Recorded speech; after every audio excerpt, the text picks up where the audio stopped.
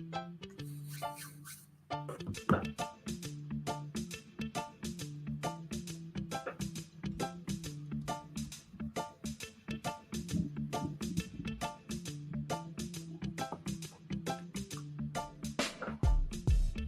everyone, welcome to episode 194 of Dynasty Underdog. I'm your host, Uriah Dawkins. With me tonight, Billy Beeman. What's going on, man? Not much, man. I'm absolutely pumped from that draft weekend. I don't know. I thought it was a really fun draft. I'm sure some people were disappointed in certain aspects of it, but I thought day two was pretty exciting. There were some pretty interesting picks, and it was a really fun time. But I'm excited for tonight. We're going to talk post draft winners and losers. But before we get into that, we got a couple of announcements. So next week we have yeah, absolutely. Dan Wisner coming on from the Undroppables. You can find him on Twitter box at Dan J Wisner at the Wiz. Yeah, man, I'm excited to have him on, dude. He's done some really cool work. He was with DFF when I was there for like a cup of coffee, and then dipped over to the Undroppables to do some absolutely amazing work with the Unscore. They just dropped today for the 2024 rookie class, and I think a bunch of wide receivers from past classes and NFL, and it's a wide receiver metric and all that stuff. We're gonna have him on talk about that, so it'll be really cool. It just dropped. He'll be on the 7th. So that's really fun. And also before we hop into the meat of the show, Jake and I dropped a video on if landing spot matters, how much it matters, and it was really interesting. I think we talked about it in context of the first round of the draft, which had a lot of wild picks, and where landing spots I think had some impact on their value or their perception of their value. Even like a guy like Kamani Vidal, who goes really late to the Chargers, he has some value all of a sudden, right? Mm-hmm. Because of his landing spot, because of the coach and all that, because there's not really much else there in front of him. So I think, it was a really fun video to do. So everybody go check that out. But yeah, we can hop into the winners and losers, man. Let's do it.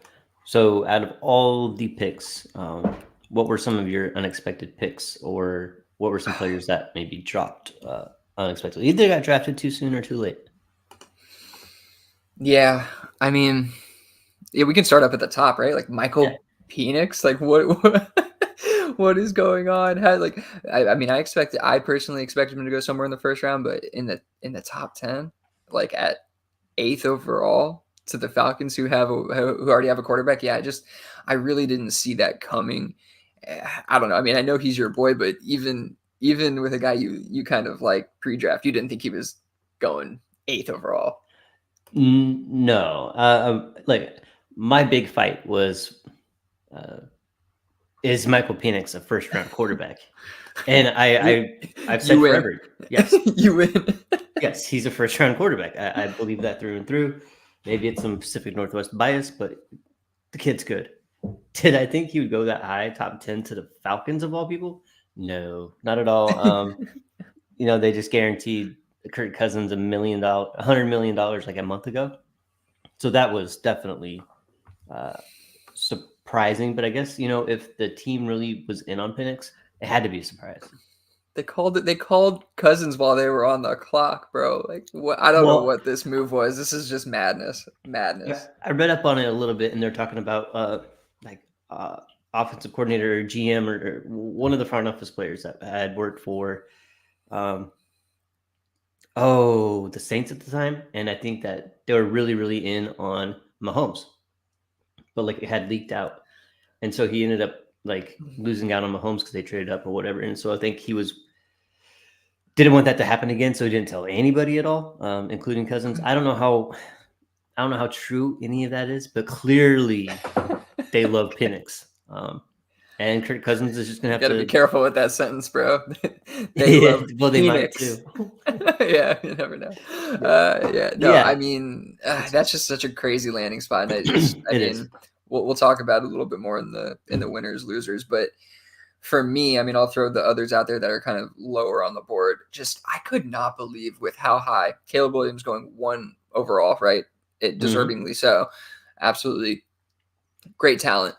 His wide receivers almost go undrafted. We're talking about Taj Washington and Jerry Rice's kid, Brendan Rice, who gets a decent landing spot, I think, in LA with Lad McConkey going to the Chargers and QJ questions, floating around still. So he could certainly carve out a role with Taj Washington going after Malik Washington to the Dolphins, and both of them, day 3 picks. Just, I couldn't believe it. I just didn't really understand it. I think they're both better talents than where they went. And I'm not saying go overdraft them in your rookie drafts. Like they're falling down our rookie rankings, unfortunately. But if you can spend a 4th round pick on them, or you can get them free, I'd still like to throw them on the taxi squad and see what happens. Just can't believe it, man.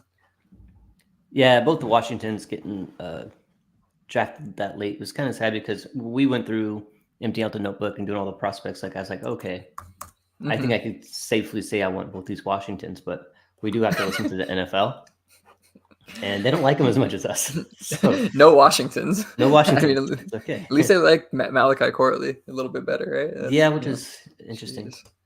The other one you have here, which is good, AD Mitchell. Yeah. I mean, I've just been out on AD Mitchell the whole time, and people talking about him going to the 1st round, and the fact that he wasn't 1st round makes me feel good about like my evaluation of the player. And I'm not drafting him in any rookie picks either, so I'll have 0 Adonai. Yeah. I mean, you definitely had the pre-draft take on that locked in with what the NFL thought of him. He fell for some of those concerns, I guess, and he falls to a spot that's not even that great. Like I mean, we like Anthony Richardson around here, but they already have Michael Pittman. They have a guy, Josh Downs, who we really like.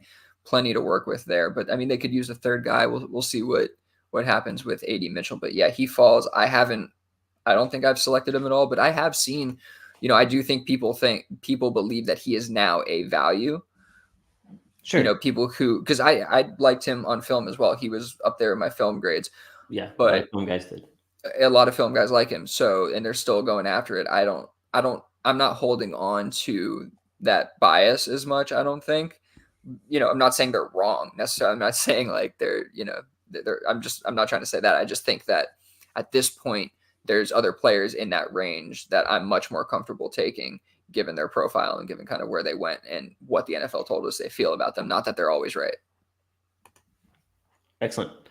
So we got some post-draft winners and losers.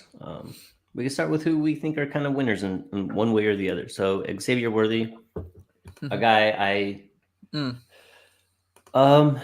personally see as like kind of a top 5 wide receiver in the class type of deal.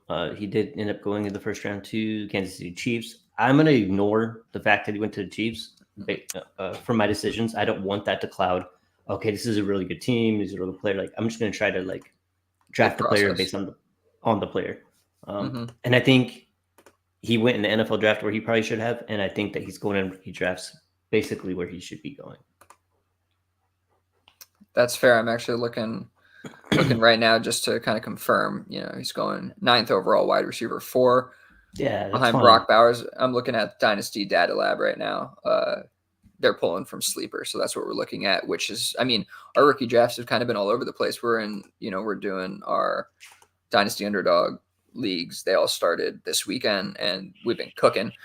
And I've seen some wild picks, not necessarily with Xavier Worthy, but the 1st round has been kind of all over the place. Drake May floating up and down, from 5 to 9.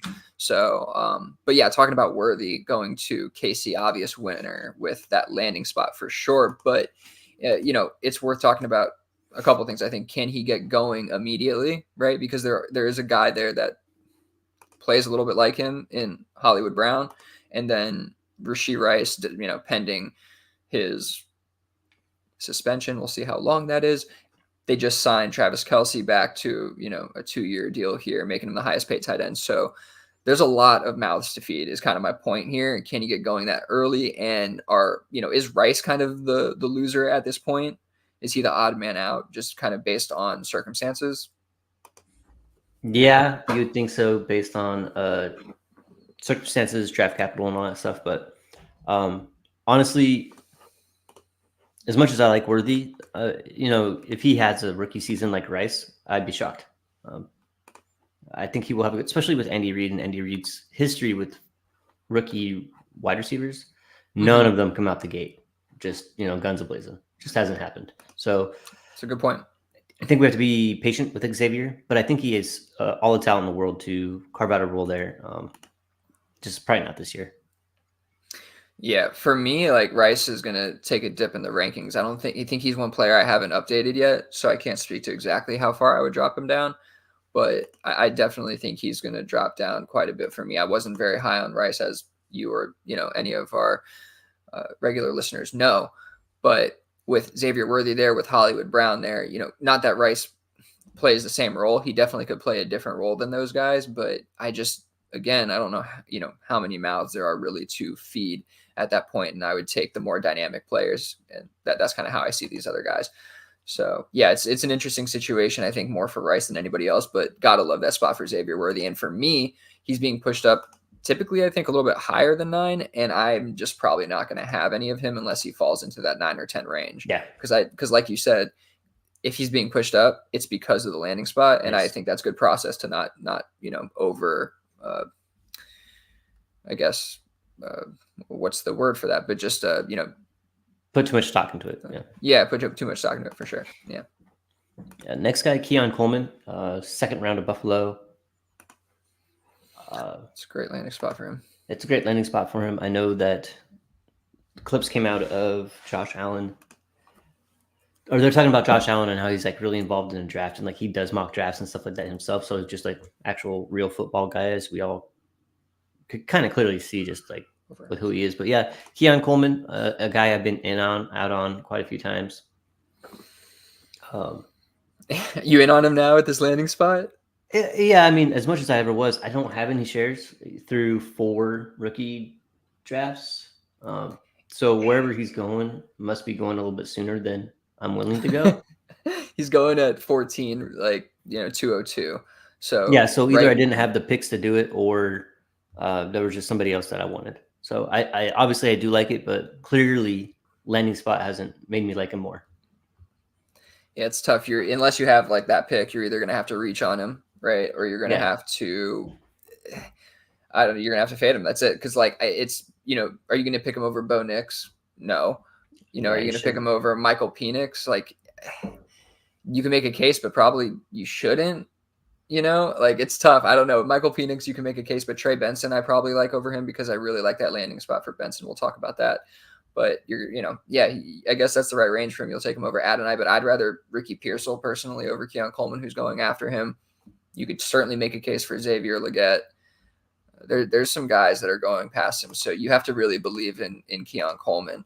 Do you think he impacts Kincaid at all, or is this really just going to knock Shakir out of any kind of fantasy relevancy? No, I mean, I think ideally, when all said and done, and what they're trying to build there with the offense, they're going to try to have Keon Coleman as their, as I said, like their X type receiver, and then you're going to have Shakir in the slot and Kincaid doing what he does. I think once everything's worked out and everything's smooth, you'll have Keon Coleman doing kind of what Diggs did. Just he's not as good as Diggs. I'm not saying that, but I don't honestly think that he's going to impact Kincaid or Shakir's projected target share. Okay, makes sense. Okay, how do you feel about that Ladd McConkey landing spot? Going to the Chargers. There's not a whole lot of better spots that you could have a guy that we're decently high on to begin with. I think we all, in some sort of way, like Ladd McConkey. And to go to the Chargers with new head coach Justin Herbert, who is probably underrated and really has a shot to be, a high volume target earner on that team from the get-go. Mm-hmm.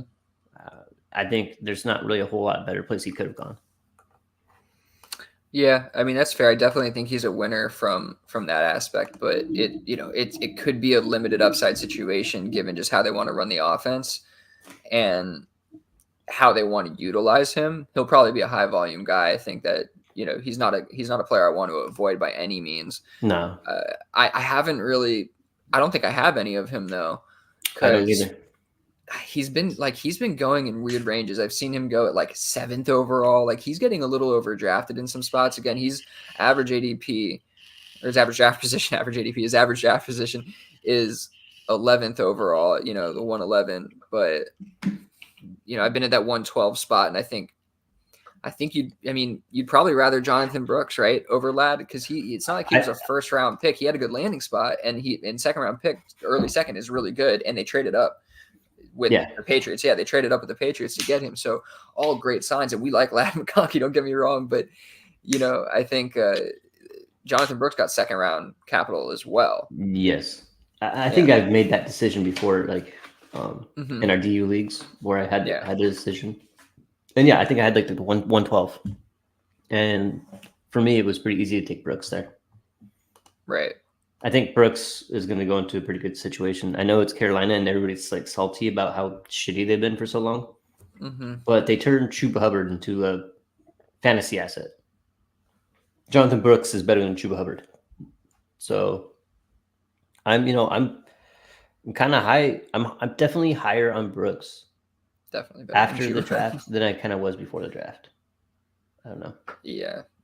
I mean, I don't think I'm like higher on him necessarily, but I think we needed to see a team believe in him, and that's what we got. And so it's kind of solidified him. I think we kind of had him at the back end of the first there at the early second. We just needed to make sure that a team was going to invest the capital in him enough to where he was going to matter if the injury impacted him early on, right? Which is kind of, I think we got that insurance now. So I'm just kind of jumping back real quick to two other things we talked about.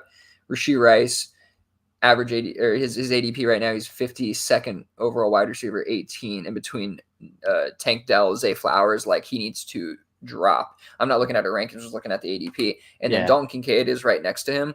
And I don't think he's going to be impacted by Keon Coleman much necessarily or anything like that. But either way, like say Keon Coleman wasn't there, he's still tied in 4 ahead of Pitts. I think he could probably take a step back as well, to be honest. So, if you think Keon Coleman's the second coming, then he definitely needs to take a step back, just kind of thinking in terms of winners or losers here. But I don't quite think that, just kind of talking it out a little bit. Anyway, we can move on. Yeah. And your Patriots, they selected Jalen Polk, I believe, second round. Yeah, 37th. Yeah. And then Baker quite a bit later. I know that some people just prefer Baker over Polk, and that's fine. I'm not going to get into all that about it, but this is good for Drake May. This is good for the New England Patriots, who are hopefully going to start a nice rebuild here. So they went out to get their rookie quarterback. I'm not the biggest May guy, but that's fine. But they went out and they got 2 other wide receivers there just to kind of help. I mean, honestly, there's a chance that Polk and Baker are probably the 2 best wide receivers they had in a long time. I mean, short of Juju, what Juju could have been. They're the 2 most exciting talents. Like, I think that's the best way to put it. That they've had in a long time. I think Jalen Polk should be considered a winner just because he got overdrafted by the Patriots, and he also, I think, fits kind of the style that they want to play and that Drake May needs, which is a possession kind of guy who can just like move the chains and be reliable. I know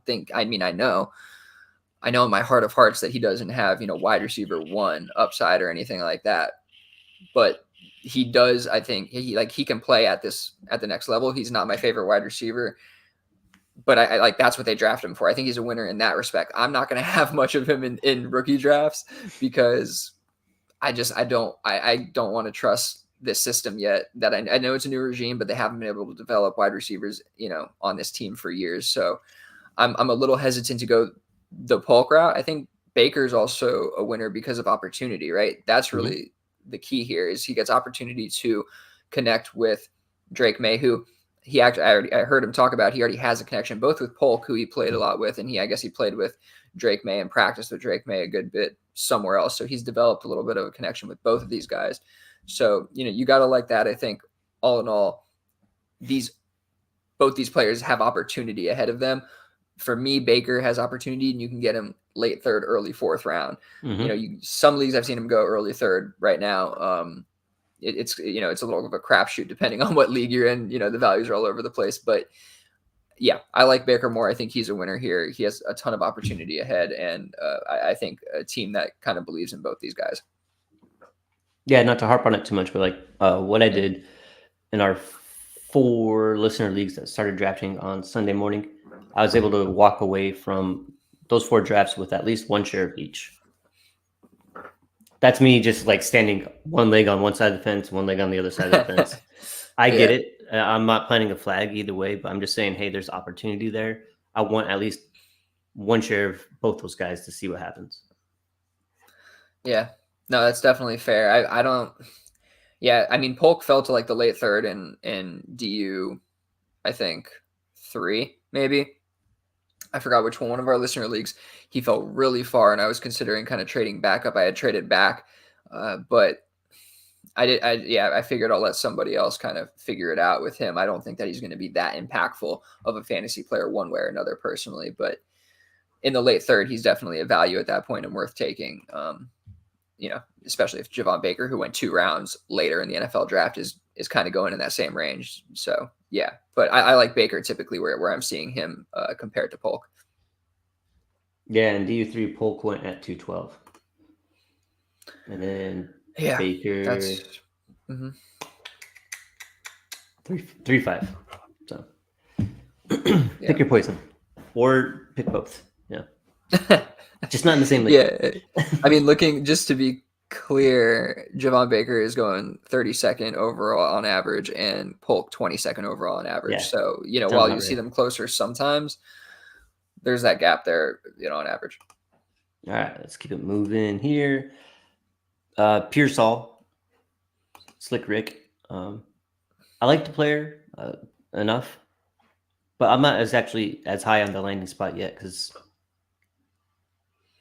if Ayuk or Debo are there, what are we even going to expect from Pearsall? I mean, I hear that, but like they can't be there forever, right? True. And we do have to do some projection in Dynasty. Like we can't just sit on our hands and wait for everything to happen because we're going to miss out on values. And we're not always going to be right. And we need to be calculated and reasoned, obviously. Like we need to be discerning. But I think we can read the tea leaves here. Somebody is leaving this team at some point in the next year or so, right? Like they can't keep all these guys in town. Now, maybe they sign back Ayuk, but I think that's going to mean that Debo is on the outs at some point. Maybe midseason he gets traded. And do you want to wait for that to then have to pay up the price on Pearsall when I think he's actually pretty reasonable in drafts right now? Yeah. I ended up getting him, I think, at the 209. He's typically going 18th overall, a little earlier than that.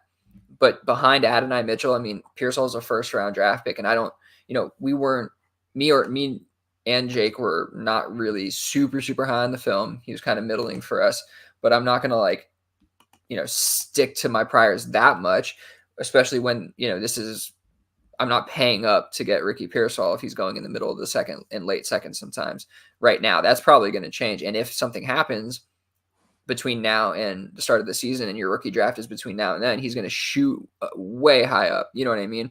So you're going to see a change depending on what happens there. I think he's a pretty good value in this spot. The team believes in him. Did they not trade up for Ricky Pearsall? I believe. I don't remember. Maybe they had 31st overall themselves, so they didn't trade up. But one way or another, I mean, just a first round pick, and they clearly see themselves that they need to backfill that spot in case something happens with what they view as a serious talent. So, yeah, I think we have to believe in it. Going to a team with a really, strong-minded, offensive-minded head coach, somebody who knows how to scheme things up. It's a good spot, man. It's a good spot. All right, next one, Bo Nix. First round, 12th overall. What? Where did he play before Oregon? Was it Auburn? Before Oregon? Not Auburn. Clemson? It doesn't really even matter. I remember watching a wide receiver. Oh, no, you're right. It was Auburn. You're right. Okay, there you go. I was watching, and I was like, man, Bo Nix sucks. And like, so I've had this like Bo Nix sucks thing for years in the back of my mind. But Oregon, he looks a little better. But yeah, I mean, Denver took him high, 10th overall or something like that. And they paired him up with his wide receiver from college. It's a win, right? I mean, you got drafted in the first round. It just sucks knowing that all these quarterbacks got drafted in the first round and 2 of them are going to have a career. Yeah, but I mean, if that's the case, these guys that are going in the early second are kind of, easy bets, I feel like, because they're cheaper than paying up for, the third overall pick or earlier. I don't know. I mean, like, it's just Bo Nix is going to start immediately, has a coach who believes in him. I don't really believe in him, but like, I do feel the super flex value. We're talking about super flex leagues. Like, I really do feel like he's kind of worth that pick. He's going at that 201 on average. I've seen him fall a little bit. You kind of got to bite the bullet at some point, I do feel. I agree. Trey Benson, Arizona. Love the player. Actually had pretty good combine. Metrics are all there to be a guy that could take a full workload. And James Conner is old. I know I've been wrong on James Conner for like the last 4 years, and I'll wear that. Like, it's fine. You've been right, and you should wear that. Here's your crown. But yeah, I'm right. You're wrong. That's fine. It's fine. But yeah, Trey Benson, I love the landing spot. I think he has every opportunity to become the bell cow there. Maybe towards the end of the season, he starts getting a higher percentage of carries if Connor stays healthy.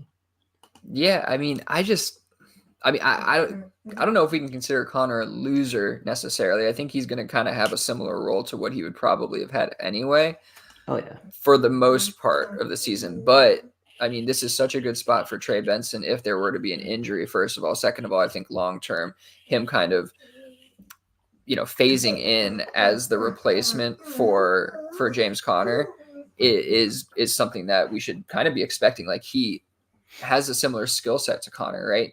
He's a guy who can catch the ball really well. He runs routes really well. He's a physical running back, like, got the size. He's like almost like a young James Conner in a way. They play a little differently for sure.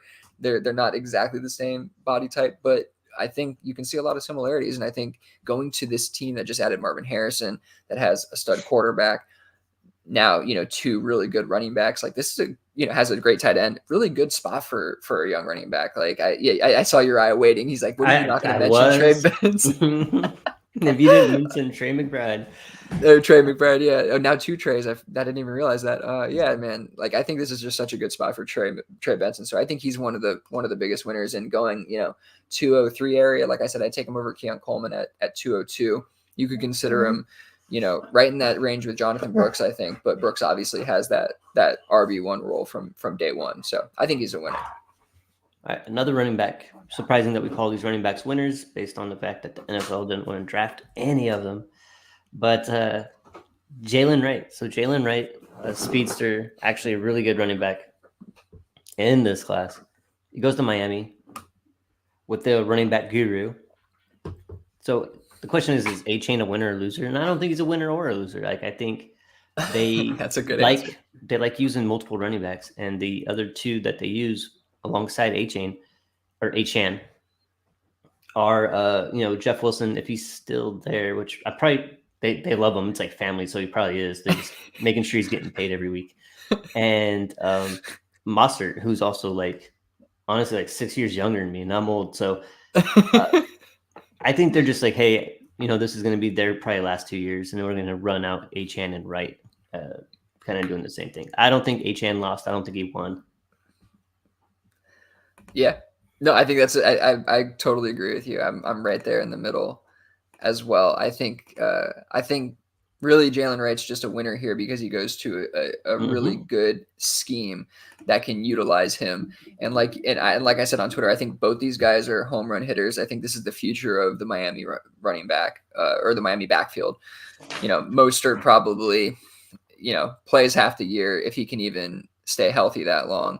And then you're going to see both of these guys taking over most of the work, I would imagine, towards the end of the season. And then hopefully you see, heading into 2025, we get, the Jalen Wright, Devon A-Chain show full time. But I love it. I think both these guys can make really, really, big impacts on a weekly basis for your fantasy team and playing together. I don't think it really matters.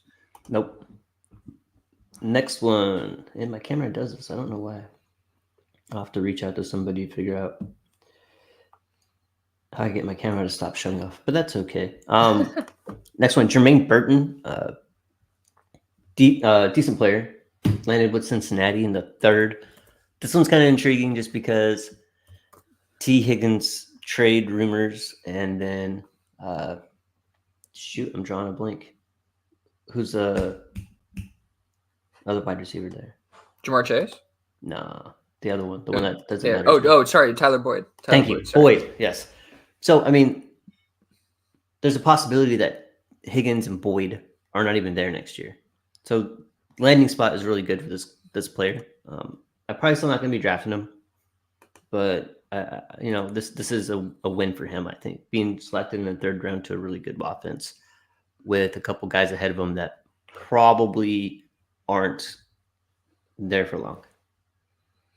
Yeah, I mean, I would agree with that. You know, we talked about all the red flags that come with Jermaine Burton, but it didn't really, make teams hesitate, or at least this team hesitate from drafting him. He got, I think, 3rd round draft capital. So, yes, going to a team with a great quarterback and then, like you said, potential opportunity. I mean, I think it's a win for him for sure. And looking at him going 29th overall, like that's fine. Like around Malachi Corley, Bucky Irving, I'll take him over Bucky Irving pretty much every time. Yeah. You can start talking about Javon Baker, Jermaine Burton once you get in that range, and I think you could definitely make a case for Burton. But yeah, I think it's a win for him for sure, especially like we talked about coming in with him potentially he could have totally fallen in this draft even further, and this is a great place for him. Next one is interesting, and I like it. So like Corley, you did film on him, right? Corley? Yeah. Yeah. Oh yeah. I think I watched your video. Yeah, which made me like him. Don't tell anyone that I watched film video, but Malachi Corley, it's just that like you have here in your notes a defined role. Like he plays a different role than any of the players on that team. I'm not like super familiar with all the ancillary players that the Jets have. Because there's none of them. Yeah, I don't really see it, right? So you have Garrett Wilson, some bum ass tight end, but you have Aaron Rodgers with Conklin's still there, I think, right? So Conklin, yeah, that's gonna happen. But I mean, the fact that Roman Wilson actually does have what would appear stylistically a clear role compared to the other players on that team is enticing. Yeah, absolutely. And he gets picked 65th overall, 3rd round. So that's really decent draft capital, I think. Yeah, it was the 3rd.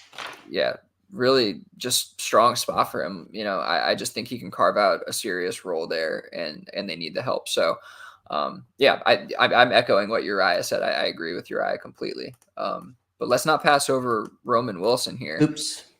Yeah, man. Roman Wilson, he goes to the Steelers, which is, the wide receiver factory, and then he gets pretty solid draft capital too. Like Roman Wilson was a guy who, I put out some video on him. I put out a film room.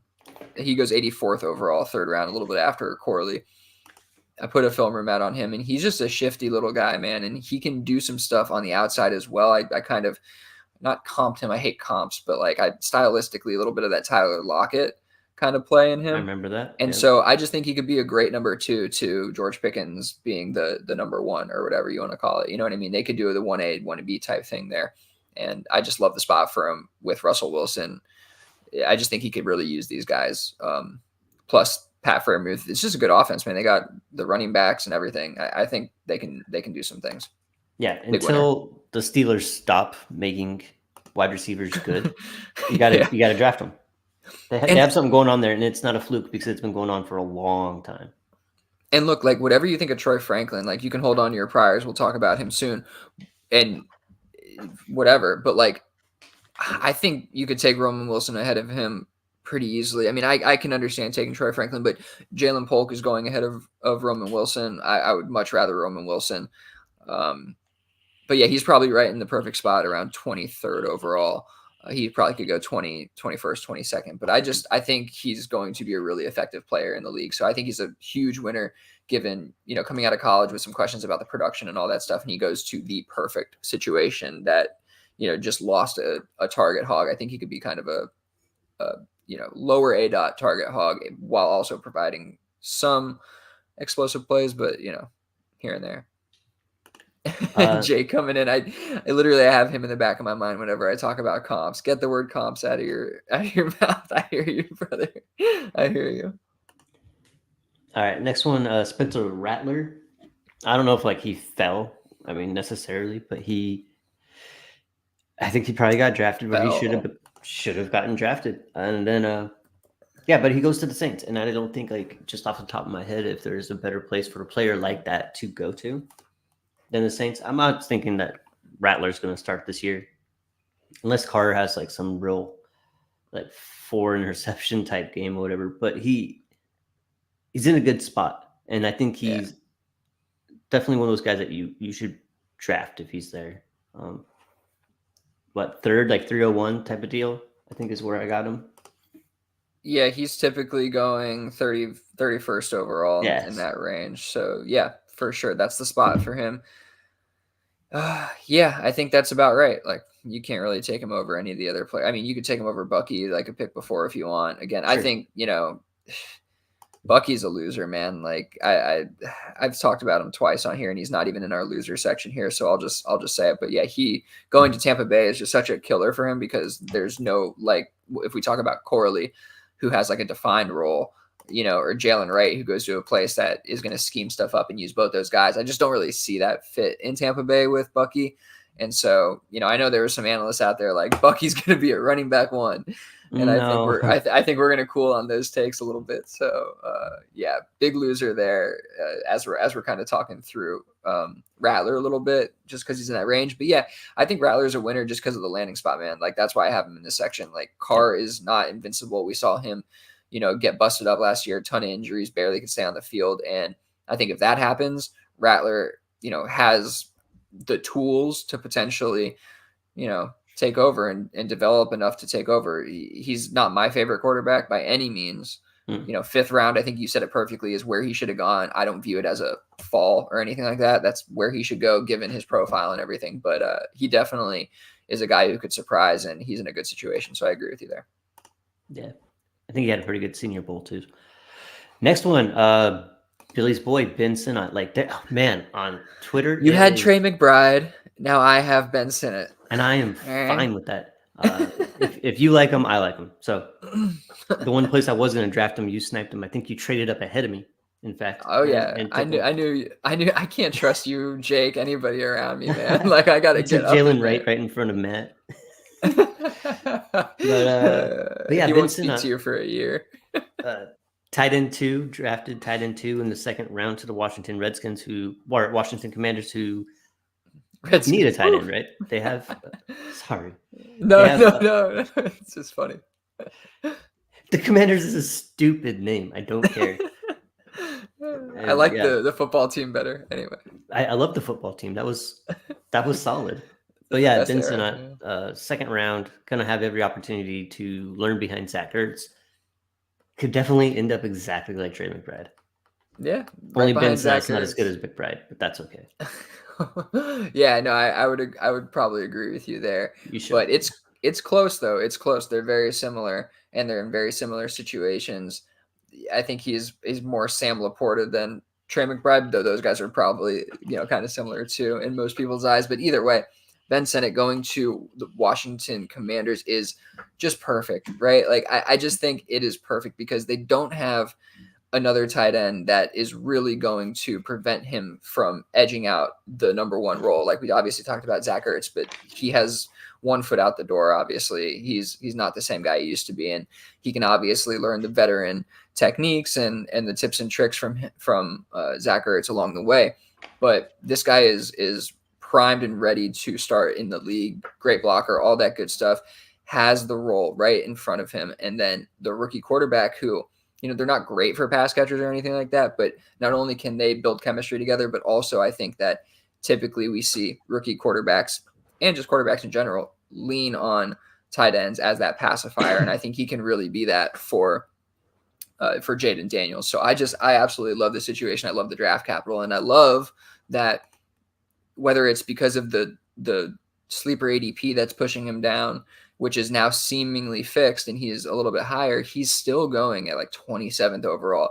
Like, back into the 2nd, you're seeing him slip into the 3rd sometimes. And I mean, once he gets past like, once he gets past like Blake Corum and really about that range. Once he gets past Blake Corum at 20, I'm looking to trade up and grab me some Ben Sinnott. He's my tight end 2 and easily, the player with, I think, the most upside, given we play tight end premium league. So I'm all over it. All right, sticking with the same team. Last guy on the list here, Luke McCaffrey. Luke, dude, Yeah. he's a top 100 pick in the NFL draft. I don't think anybody expected that. That was pretty unexpected too. He probably could have made our first section of the unexpected picks, but he gets the draft capital in some way, not great draft capital, but good draft capital into the 3rd round. And a team that the other wide receiver there, who was a 1st round pick, hasn't been that impressive. He had a decent rookie year, but after that, it hasn't been great.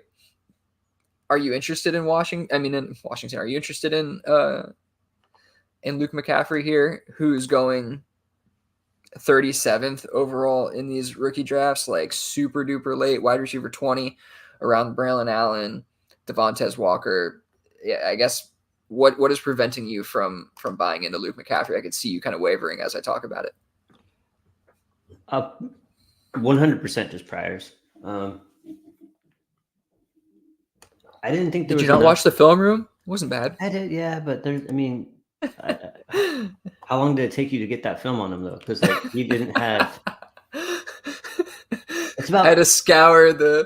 Yeah, dark web and shit, like dark web, pics for film. Because deep in the crates, bro. Oh man. Yeah, it's a production thing more than anything for me that would stray me away from him. I love the landing spot. I love that he got picked in the 3rd round, which is good enough. Rookie quarterback, just Washington. I don't know. I'm not really sure exactly what's holding me back, but I've definitely let him pass every chance I've had so far. I will definitely have a share somewhere, but I'm still not really sold, I guess.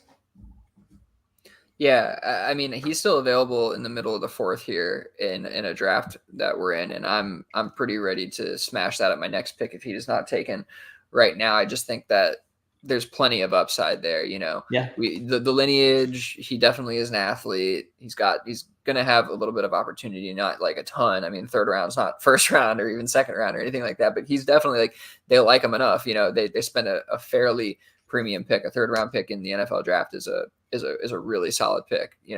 Still not a blue chip player or anything, but solid pick. You don't want to waste those and just throw them around. So I think they have some kind of plan for McCaffrey here in Washington, and I'm willing to take a shot on him where he's going late.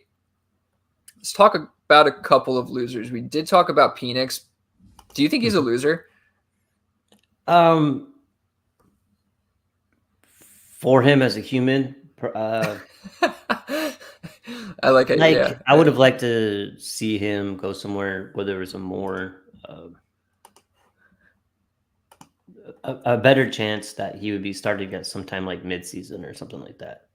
As long as I think as long as Cousins is healthy. To Joe. I think as long as Cousins is healthy, yeah, we're not going to see Penix this year. And that's sad for me and it's sad for him. That's fair. Yeah, I do think he's as much as he's a winner for kind of like getting drafted so high, he's like a short-term loser, if that makes sense, because his values for Dynasty especially and for real life, like you said, like as a person you want to play, but for a Dynasty, like his value is almost certainly going to dip from what it's going to be right now at that 1-2 turn or whatever it is. So yeah, I think he's a bit of a loser here. I personally am trying my best in most spots where I don't have extra picks in the 2nd round to fade him a little bit.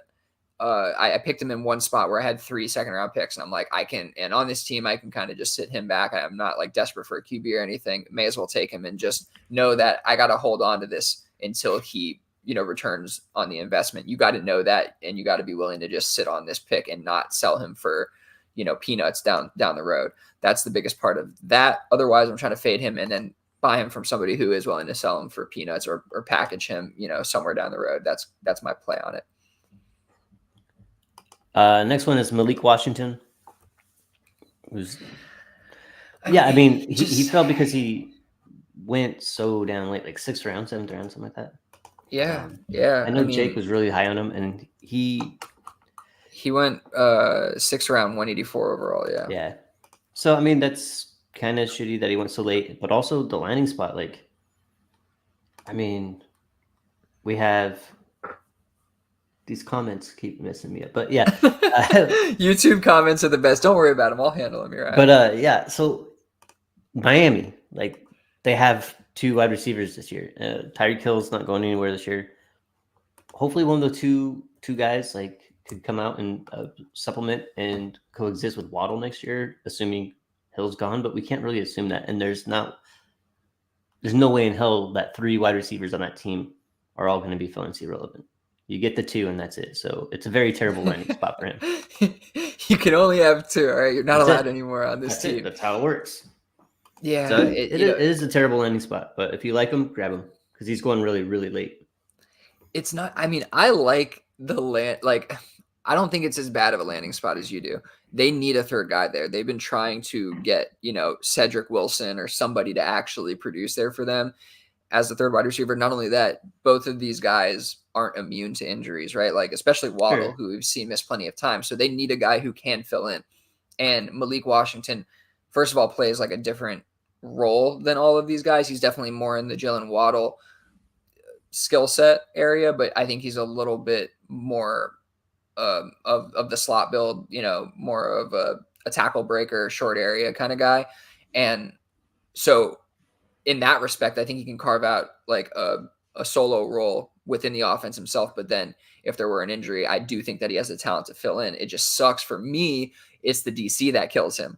I was hoping he'd go, 2 rounds earlier, at least like 4th round. I was like, that would make sense. But falling past, I mean, there was wide receivers taken who we'll never hear their names of again, who were taken to be blockers, to be special team players, whatever, that were taken well ahead of him. So that happens. And maybe it's, fair. Maybe that's a good football move for those teams. But it was just shocking seeing him fall. So he's a loser for that reason. I actually think the landing spot is decent for him. All right. Adonai Mitchell, we talked about him. We don't have to talk about him again.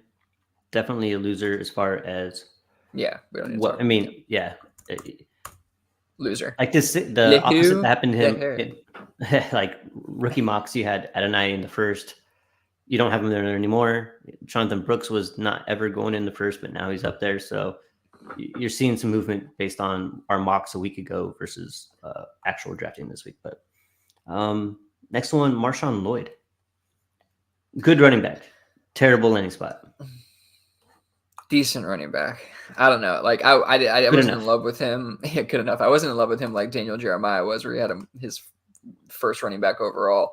But he goes to a situation that's okay, right? Like in Green Bay. But I'm not sure if I'm a little too low on it or not. Talked about this on our rookie mock that we did the other night, our live mock this last Sunday. I just, I can't bring myself to draft him, but he's in a situation where, we don't love Josh Jacobs either at this point, and, think that he could potentially wear down. So Marshawn Lloyd's in a good situation from that perspective. But yeah, I don't love it. And we got a question, Marshawn Lloyd or Jalen Wright. How do you feel about that? Jalen Wright. Okay. I mean, I think he's a better running back in a better running back location. I do too. I mean, it's worth noting Marshawn Lloyd, like he also got 3rd round draft capital, what we're talking about with some of these other guys, which is decent draft capital, 88th overall. Like it's not, anything to, shy away from necessarily. But yeah, I mean, for me, Jalen Wright easily pre-draft. It was Jalen Wright. I thought he was a better player. Post-draft, He's in a better situation, and I still think he's the better player. But yeah, Marshawn Lloyd, I'm teetering on like if he's a winner or a loser, because it's not the worst spot. And we know, I mean, AJ Dillon's there, but we kind of know that he's not the answer. He's not any kind of solution. So yeah, I still think he's kind of a loser, just kind of in a crowded backfield with a guy who's clearly ahead of him, but I could be wrong. Like, I don't know. I'm questioning myself there a little bit. All right. It's Blake Corum. Is he a winner or a loser? Real quick before we talk about Corum, I love that McDaniel. This is Jake in the Okay. YouTube comments. I love that McDaniel openly spoke to talking about Washington, Malik Washington here, about his role on the draft day phone call. Sometimes coach speak, but could mean something. That's fair, and you have to be discerning about what you're hearing out of these draft room calls and all that kind of stuff. But you look back at the Puka stuff and you're like, wow, Sean McVay literally, like, they had ideas, they knew what they were doing here, and that's not Malik Washington is about to be a superstar. It's not what we're saying at all. But to Jake's point, it could mean something in terms of having an idea about using them, even being a 6th round pick. So I understand where he's coming from. Definitely something to keep in mind. Corum, winner or loser? I think Blake Corum, I think he's a winner just because, the draft capital is solid. And I think that he is very similar to Kyron. If anything, Kyron's the loser, and I think Kyron's still going to be plenty good. But I think if anything, the guy they brought in, it's hard to see him as the loser when if you'd think if they felt completely comfortable with what they had, then they wouldn't need to do that.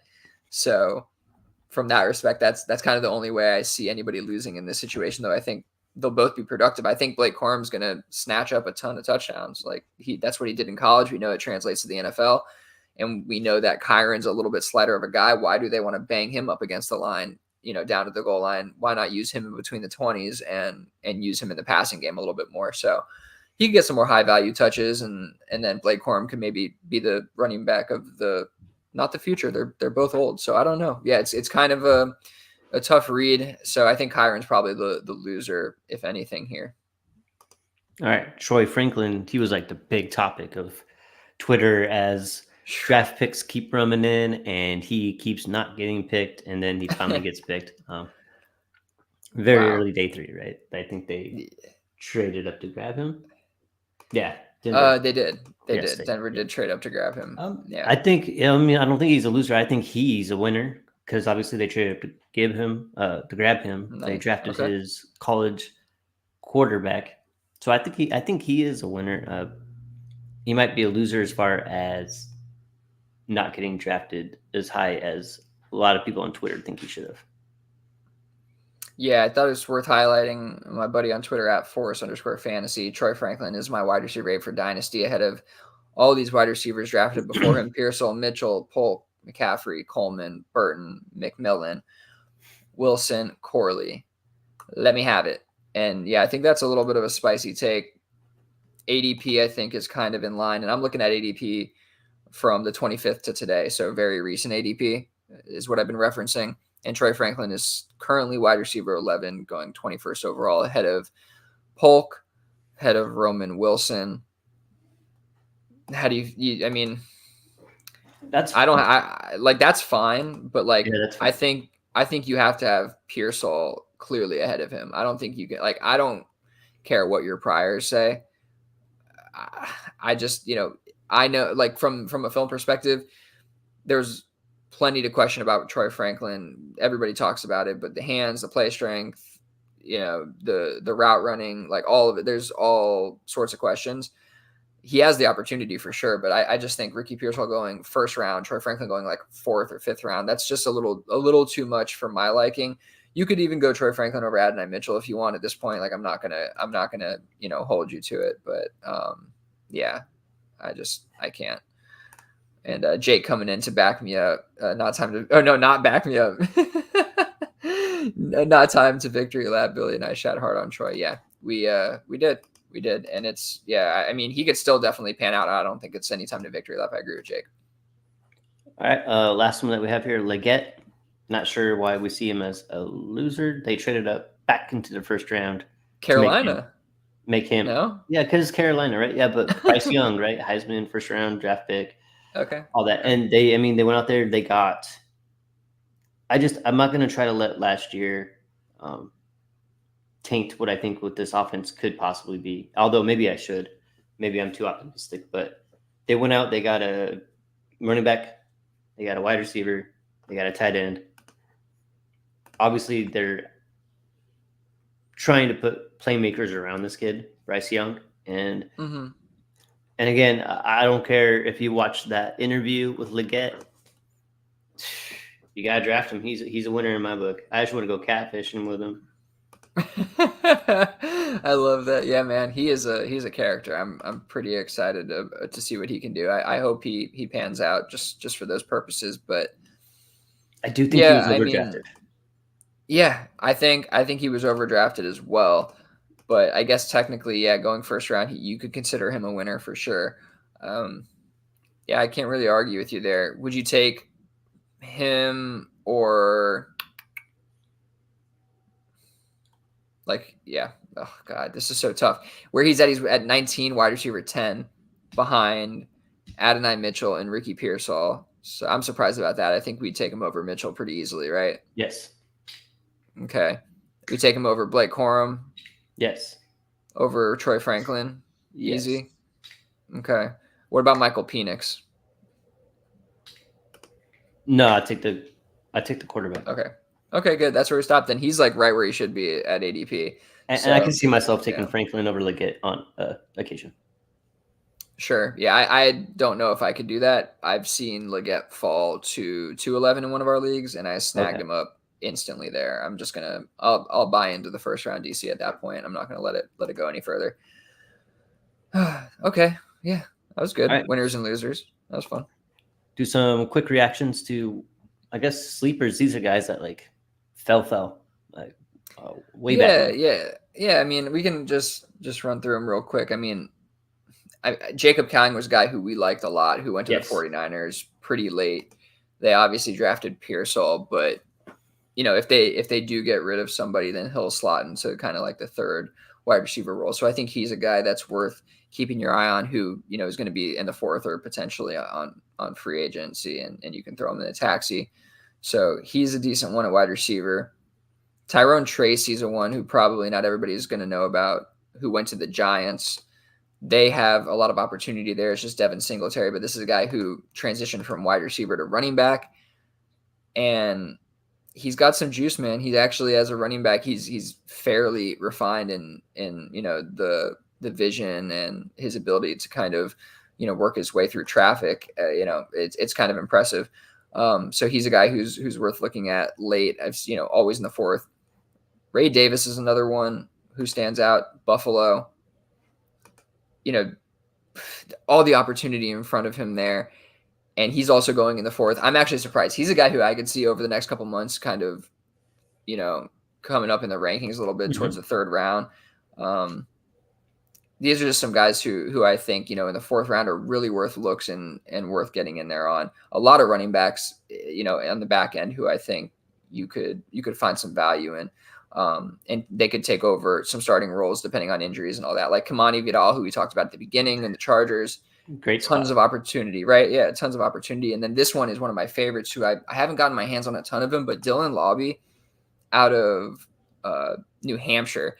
He goes to Vegas, where I said this on Twitter. He has such a defined role that isn't impacted by Zamir White. Like, they play two different positions, still playing running back, right? Like, one is going to be the hammer, and one is going to be the guy who is taking all of the pass catching work, most of it, unless there's an audible and Zamir White happened to be in there or something. Like, I just think that it's going to be really split, and he can provide some value in the passing game. So really cheap. Jordan Travis to the Jets, he might be worth a look. Theo Johnson to the Giants. I've seen him going earlier than I expected in drafts. Let me see. Theo Johnson, tight end 4 right now, 42nd overall. I've seen him go in the third round, which I was surprised about, but going to the Giants, where Darren Waller is retiring. And then Eric All, my last one here, you might want to chime in, because I saw you took him in one of our listener leagues. I was surprised, but I do think that this guy should be a fourth round pick. Like, after looking at him, he would have been up there in like the third, fourth tight ends in this class for me. Yes. Not the best blocker, but he has the size to do it. And he is smooth. He is a fluid mover, good pass catcher, pretty reliable. Some questions with his hands, ball security after the catch, just with some of the film I saw. I actually did a film review I'm going to drop on him, so everybody can see that. But Eric All is a guy who, he might be one of the most interesting sleepers here to me. Any of these guys interest you more than the others? All of them. I mean, these are guys that I've taken routinely in the fourth. I have a Ray Davis share. I have a couple Kamanis. I have a couple Dylan Lobs, and Eric All. Yeah, doing a little digging on him. Like he had I think a knee ACL MCL type of deal, which maybe made him fall in the draft. But just digging into the folks there in Cincinnati and people who are familiar with Eric Hall. I was not familiar with him whatsoever until he got drafted. Very high on the guy. Familiar with your game. I was not familiar with your game. I had no idea. But yeah, you're sitting there picking 403 to 407, or I mean, there's a chance he doesn't even get drafted at all. So these are all dart throws in the fourth round. I like each and every one of these players. I love Jacob Cowing. The only reason I haven't drafted him is because he was the second wide receiver drafted to the 49ers, where I don't think he has like a real chance to do anything unless something drastically changes there. But yeah, definitely rooting for him. But I love all these guys. No, you're right about Cowing. Cowing is a real dart throw. That's one that he's going to need to actually be really good to pan out. Oh my God, what is this guy? Really talks. I talk about Eric Hall. Here we go, Jake, with the freaking comments. Apparently, I'm talking about Eric Hall. Do any of these guys appeal to you? Uriah? All of them. Oh, I mean, we're talking... puns for days. Okay, no, he got that. All of them. That's pretty good. Yeah, that is good. All right, I'll give you that one, Jake. That was a good one. I appreciate that. Oh my God, now I don't know where. I know he has kids somewhere. Ain't no way he's got dad jokes like this. Yeah, offspring. In the future, bro. In the future. Oh my goodness. Yeah, it's definitely in his future. Okay, I did want to mention though, Eric Hall. It's not just that like, oh, I saw the film and he got drafted and it's good. I mean, he got drafted fourth round, 115th overall to the Bengals. It's a great situation. It's actually decent draft capital for a tight end, and he does have some skills. So I think there's a lot of things lining up here for him that are encouraging. He's worth a fourth round pick in your rookie drafts. Absolutely. I said that in the film room, and that will be dropping, I think, Thursday. We'll see. All right. We'll top into some trades and non-trades. I think we covered the folks that got drafted. Congratulations to them. Big day. I just love the NFL draft. I say kids because I am old enough. I can kind of say that now, but just to see them just like their dreams come true, like it'll never get old to me. No, and it's funny because there's whoops, I posted the wrong thing twice. I don't know. It's you can listen to a lot of different like content to listen to the draft. Like you don't have to watch the draft, but you lose something when you don't actually watch it. Like they do have the interviews real quick. You see them. You see them talking, and there's just like you see them going up and walking, and some of it is really more of just going through the motions and everything, ceremonial. But I don't know. I think that there is something you miss. Like I was like watching some of it and listening to some of it doing stuff, and then when I was watching it, I was like, yeah, this reminds me of first of all being a kid, watching it, being excited, and seeing them so excited because again, like you said, like we're old now and forget how exciting it is and that they are kids. Like they are. Yeah, they are kids. And this is like one of the most exciting things that could happen to anybody. If you were an adult, this would be exciting. So, they're young men, they're kids, and it's just a blast. So I agree with you, man. That's why I said when we got on here, I was super pumped to come on the show and just super pumped from that weekend because like, I don't know. I do think some people were disappointed with how some of it went. Especially the first round, I had a blast. Like I thought day 2 was absolutely awesome, dude. Like outstanding draft, just really fun picks. And I don't know, it was just a good one. I was excited. It's like I said, when we were talking about like Dynasty has kind of ruined the draft for me because I didn't really care. That like a dude I really like in Jacob Cowing. Before I played Dynasty, I didn't care that he went to San Francisco and I didn't worry about his target share or any of that shit. I'd be like, dude, I love that player. I love where he went. Like, and it just didn't matter. Now I'm kind of like analytically like, this guy ain't going to pan out. It's not going to be in the cards for him. And so it makes me sad about it when it shouldn't. I should just be happy that my boy got drafted. So you know too much. You've seen a peek yeah, behind the curtain and you don't like what you've seen. You're like, wait, yeah, I know. Like, I liked when I didn't know anything and I could just like blindly root for them. Oh, they didn't pan out. It's yes, whatever. yeah. Yeah, I That's get all it. right. All right, let's do some trades and non-trades. Get out of here. We Let's got do it. Rasheed Rice, David Njoku for Zay Flowers. It's tight It's a end strong premium, move. well, 1.5. I'm going Flowers personally. I like Flowers here. I think I'm going Flowers too. Unsure with the whole Rice thing, and is Njoku going to do it again? That's what I want to see. Yep, But it's I think it's fair. yeah. I agree with you. It's can and Joku do it with Watson, and I already said what I said about Rice with Xavier Worthy going there. I wasn't high on him before, so kind of an easy one for me. All right, Malik Neighbors for Brian Thomas Jr., Pacheco, Rattler, and Eric Gray, the great Eric Gray. It's neighbors for me, but This could I couldn't hit the button fast enough to accept that neighbor yeah. side if this came across my inbox. But Brian Thompson Jr., like that dude, great landing spot, very good player, Yeah, and Pacheco, who still has another year. I think he survived the draft. He survived free agency pretty well, but probably not long for the league. And then Rattler, of course, we don't really know. Eric Gray doesn't matter. So Malik Neighbors. yeah. This is kind of consolidating to me looking ahead. Yeah. The Pacheco value dip that's going to eventually happen. The only thing that can save this trade, I think, is for the Brian Thomas Jr. side is if he hits, like a top, 24 receiver at least, consistently, and then Rattler And then pans out Rattler. Yep. as something. Then you're cooking, But to me, I'm kind of always going to go with the elite asset, and that's what I see in Neighbors, even with the Giants landing spot, and I think that may be impacting things here. All right. Tyler Lockett, 26th, third. We're selling 26th already. Okay. Uriah can't stand it. I will always hate that. Tyler Lockett, 26th, third for Jalen Polk. I think if you're trying to, it's fine. I don't care either way. It's fine. I think honestly, Okay. I would probably just take Tyler Lockett and get those points this year and have an extra third 2 years from now.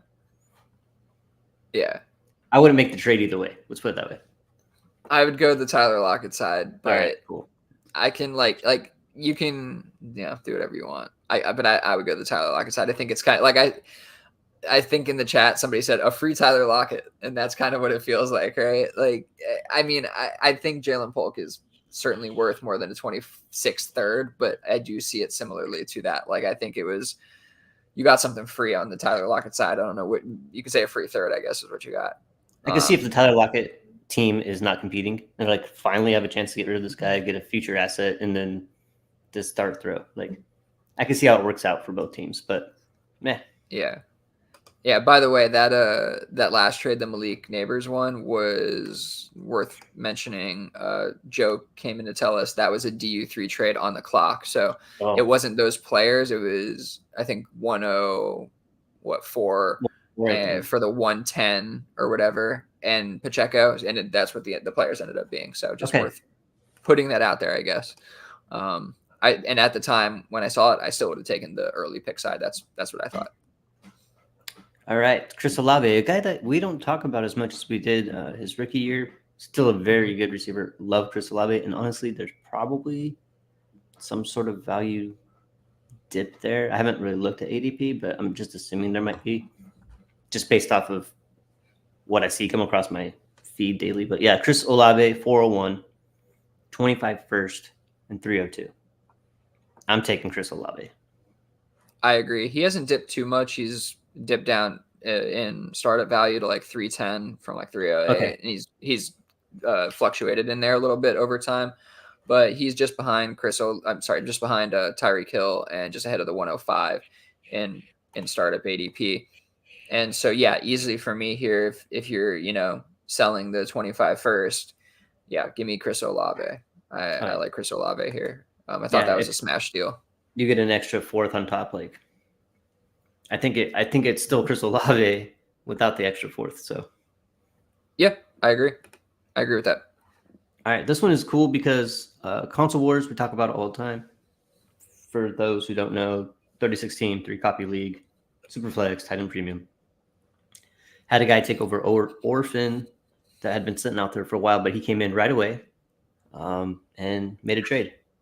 Instantly. He said, "Let me pay my dues so I can start making this roster good again." And I really appreciate that energy coming into the league. We needed it.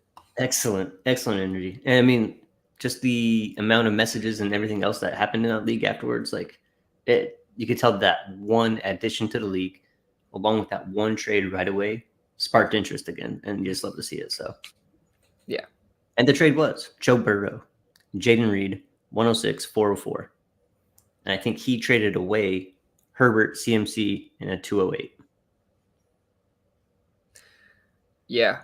I mean, I thought it was incredibly heady of him to come in and do this. Just, kind of what Tommy talked about when he was on the show with the orphans. Like, people don't know your tactics. They don't know what you like, what you want to do. So you do have that advantage of coming in and, them looking at you like a fish.